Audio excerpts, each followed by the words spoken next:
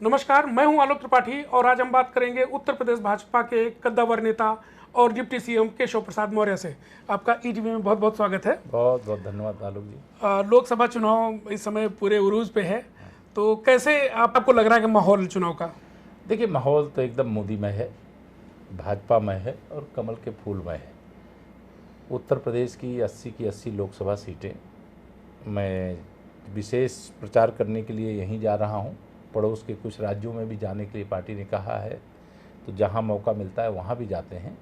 लेकिन उत्तर प्रदेश में 80 की 80 सीटें जीतने के लक्ष्य को लेकर के हमारी पार्टी बूथ स्तर का एक मजबूत मैनेजमेंट, एक व्यवस्थित मैनेजमेंट करने का काम किया है और मुझे विश्वास है कि हम लोग 80 की 80 भी जीत सकते हैं। और एक दो सीटों में मेरे जानकारी के हिसाब से विपक्ष वाले भी ये मान रहे हैं कि 75 तो हम हारे ही हैं, 5 सीटों पे वो चुनाव लड़ रहे हैं।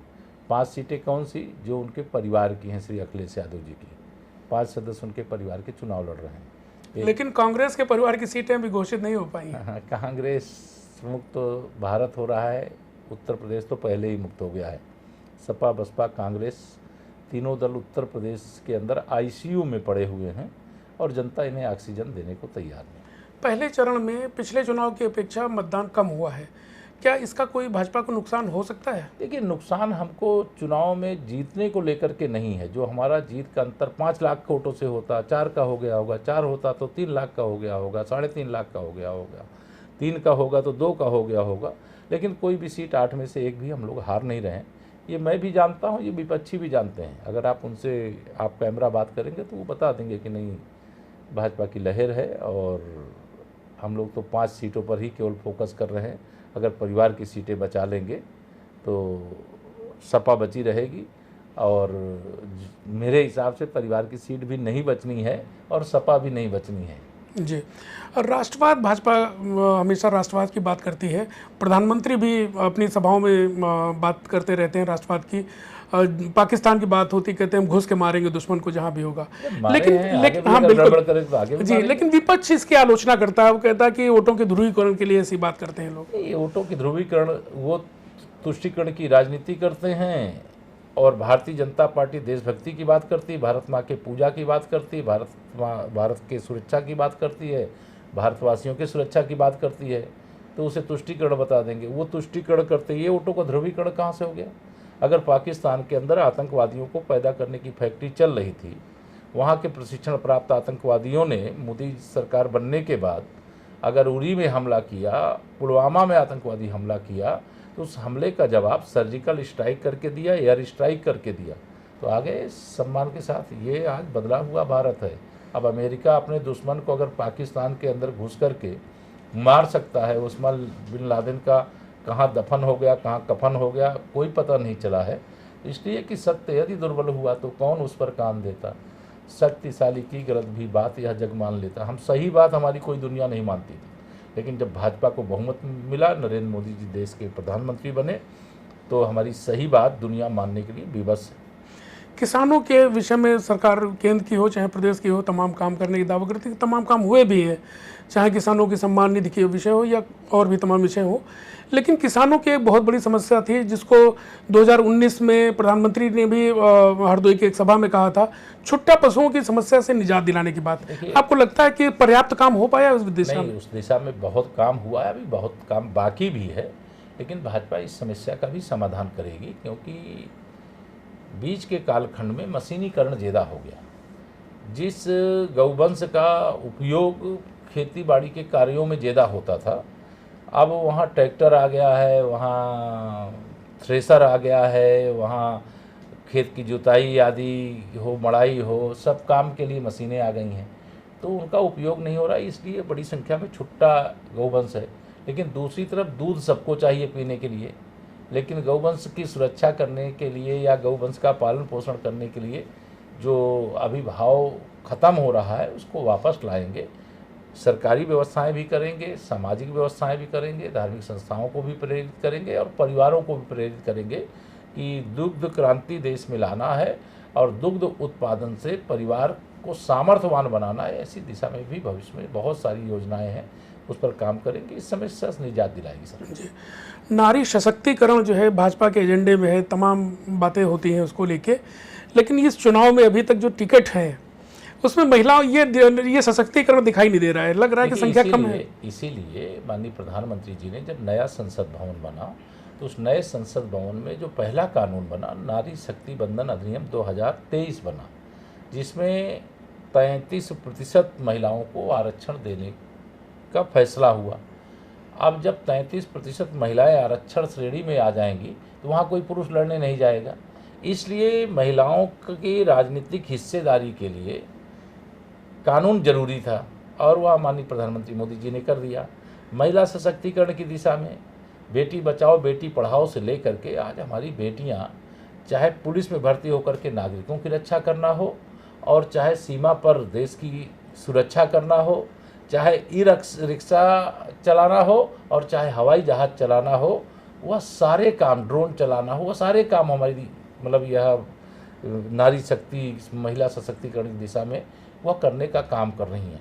देश में 3 करोड़ जो गरीब परिवारों से निकली हुई हमारी दीदियां हैं, समूह का हिस्सा बनी हुई थीं, उनको लखपति दीदी बनाने का हमारे प्रधानमंत्री जी ने निर्णय लिया।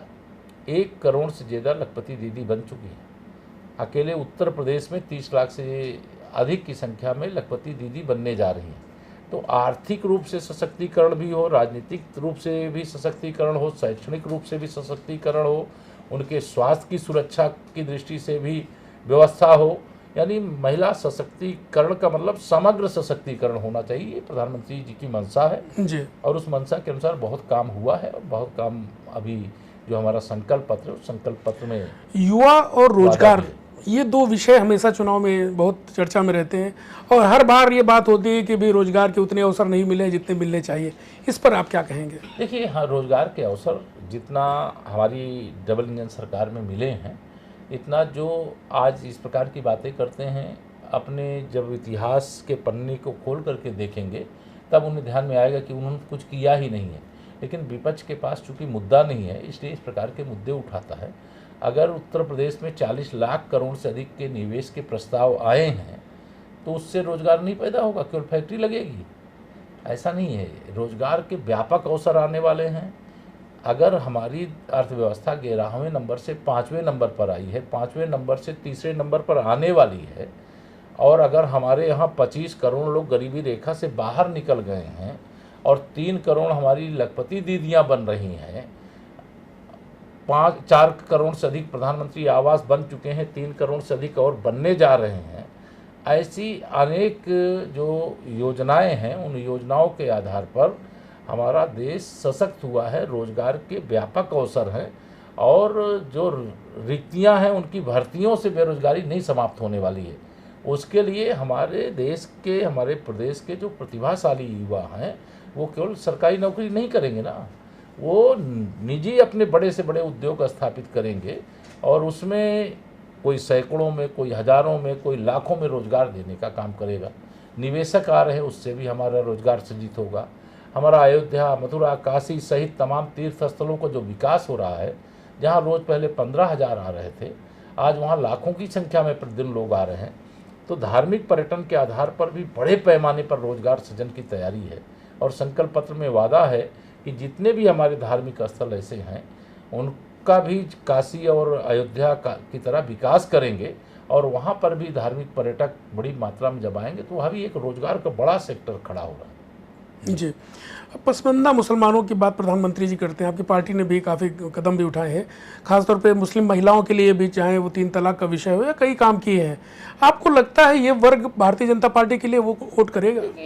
आज नहीं कल, कल नहीं परसों, परसों नहीं नरसों, बाद में जब समझ में आएगा तब कमल का बटन दबाएगा। आज तो भारतीय जनता पार्टी, मैं ये कह सकता हूँ कि हमारी पार्टी की संगठनात्मक शक्ति इतनी है और डबल इंजन सरकार की उपलब्धियां इतनी हैं कि मैं 100 में से 60 हमारा है, विधानसभा चुनाव का नारा रहता है। मैं 100 में से 75 की बात कर रहा था अभी तक भाषण में, आज मैंने कहा कि 80% हमारा है, 20% में बंटवारा है, जाकर के आपस में जो विपक्षी आपस में बांटें। तो इस लड़ाई तो 80 और 20 पे आकर के टिक गई। कुछ अपनी उन योजनाओं के विषय में आप हमें बता सकते हैं जिनसे प्रभावित होकर आपको लगता है कि मतदाता आपके पक्ष में आएगा? देखिए, इतनी योजनाएं, जैसे आप समझिए प्रधानमंत्री गरीब कल्याण अन्न योजना का राशन 80 करोड़ लोगों को मिल रहा है। ये साधारण चीज़ नहीं है। जो गरीब का दर्द जानता है, गरीब के पेट की आग, अच्छा शासक वही है कि कभी वो भड़कने ना पावे, ये जिम्मेदारी निभाना चाहिए।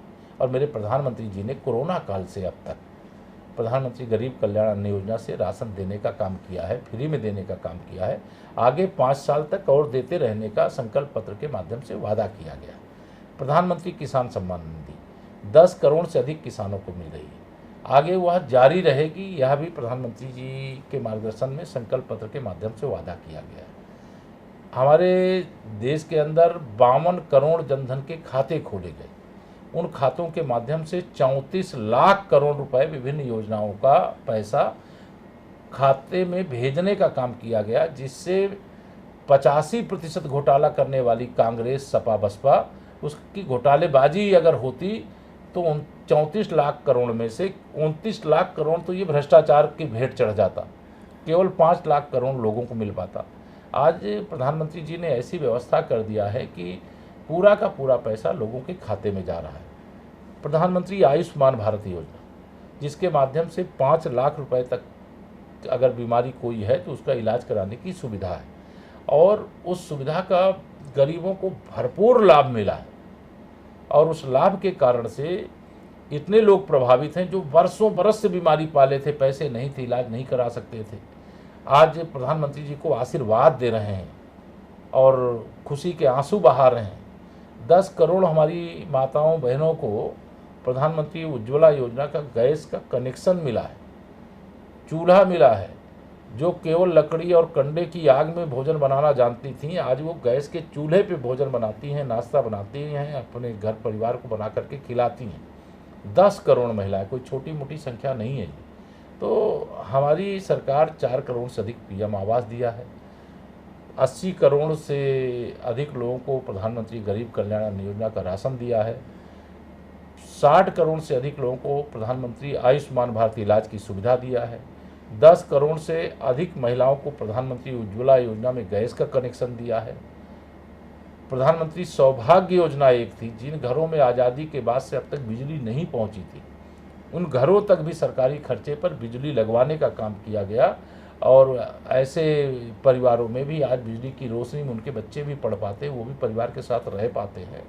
ये हर घर तक नल से जल, पीने का पानी, जो हम बिस्लरी की बॉटल पीते हैं, जितना शुद्ध पानी उसमें होता है, उससे भी ज़्यादा शुद्ध पानी, मतलब विधिवत जांच पड़ताल करके लोगों तक पीने का पानी पहुंचाने का काम हो रहा है। शौचालय, एक गरीब परिवार की सबसे बड़ी समस्या यह रहती थी, पैसा उसके पास है नहीं और वो शौचालय बना नहीं सकता, तो उसको खेत में या तो जंगल क्षेत्र में शौच क्रिया के लिए महिलाओं को विशेष तौर से बहुत पीड़ा होती थी, बहुत अपमान झेलना पड़ता था। हम तो गांव के बैकग्राउंड वाले हैं, इसलिए हम सारी परिस्थितियों को समझते हैं।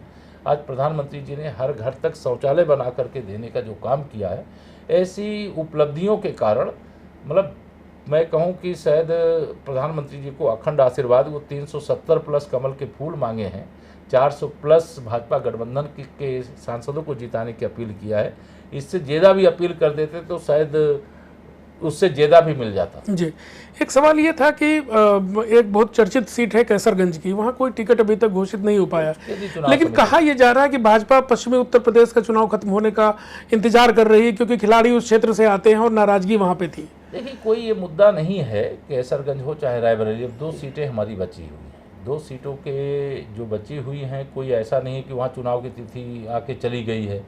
तो पार्टी की केंद्रीय चुनाव समिति है, उचित समय पर उसको सब घोषित कर देगी। लेकिन हर सीट पे हमारे प्रत्याशी नरेंद्र मोदी जी हैं, चुनाव निशान कमल का फूल। एक आखिरी सवाल आपसे, परिवारवाद को लेके भाजपा बहुत मुखर रही है हमेशा, चाहे कांग्रेस की बात हो या कोई हो, लेकिन उत्तर प्रदेश में भाजपा के सहयोगी सारे परिवार, जितने भी दल हैं, वो सब परिवारवाद को खूब बढ़ावा दे रहे हैं, खूब फल फूल रहे हैं।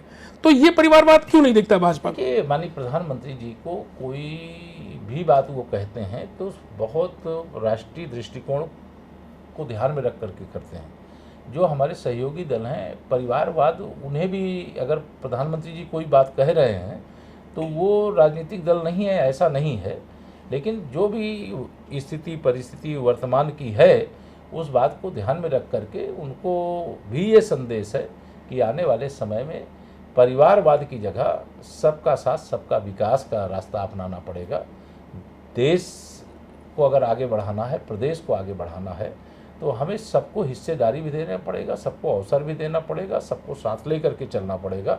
और यह मैं समझता हूँ जो भाजपा के साथ जुड़े हैं, तो भाजपा की संगत में रह करके उनको ऐसे विचार और संस्कार आएंगे और वह अपने अंदर भविष्य में सुधार लाएंगे, ऐसा मैं विश्वास। हमसे बात करने के लिए बहुत बहुत धन्यवाद। धन्यवाद आलोक जी। ये थे उत्तर प्रदेश के डिप्टी सीएम केशव प्रसाद मौर्य जी, जिनसे हमने तमाम विषयों पर बात की। कैमरामैन विजय के साथ मैं आलोक त्रिपाठी, ईटीवी भारत, लखनऊ।